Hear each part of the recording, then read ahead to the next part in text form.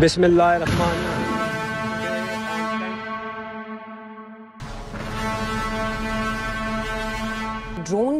and missiles. ভারতের ব্রাহ্ম ক্ষেপণাস্ত্রের গুদামে হামলা চালিয়ে সেটিকে ধ্বংস করা হয়েছে বলে দাবি করেছে পাকিস্তান। ভারতের বিরুদ্ধে বিশাল আকারের সামরিক অভিযান শুরু করেছে পাকিস্তান।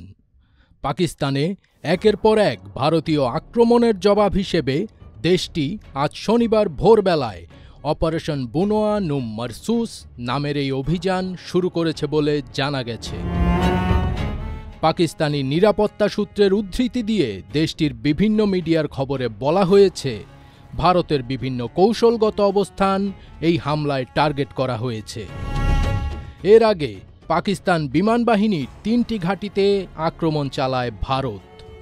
এগুলো হল নূর খান এয়ারবেস, মুরিদ বেস এবং সুরকোট এয়ারবেস।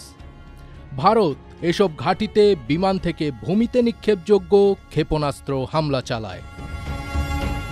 এর আগে আইএসপিআরের মহাপরিচালক লেফটেন্যান্ট জেনারেল আহমেদ শরীফ চৌধুরী এক সংবাদ সম্মেলনে বলেন, পাকিস্তানকে পূর্ণ যুদ্ধের দিকে ঠেলে দিয়েছে ভারত।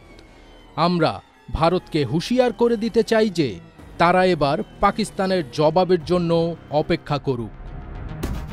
এদিকে পাকিস্তানের পাঞ্জাবের কয়েকটি জেলায় শুক্রবার আরও ৬টি ড্রোন গুলি করে ভূপাতিত করেছে পাকিস্তানের নিরাপত্তা বাহিনী।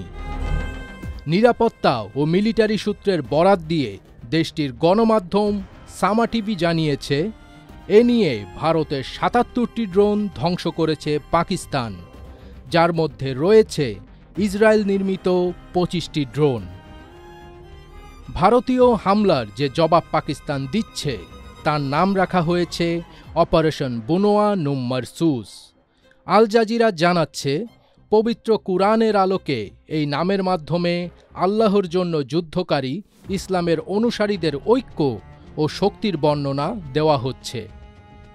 বিশ্লেষকদের মতে এই নামটি শুধু একটি সামরিক কৌশলের ইঙ্গিত নয়, বরং এর মাধ্যমে একটি ধর্মীয় এবং আদর্শিক বার্তাও বহন করা হচ্ছে, যা পাকিস্তানের অভ্যন্তরীণ মনোবল এবং মুসলিম বিশ্বের প্রতি এক প্রতীকী আহ্বান।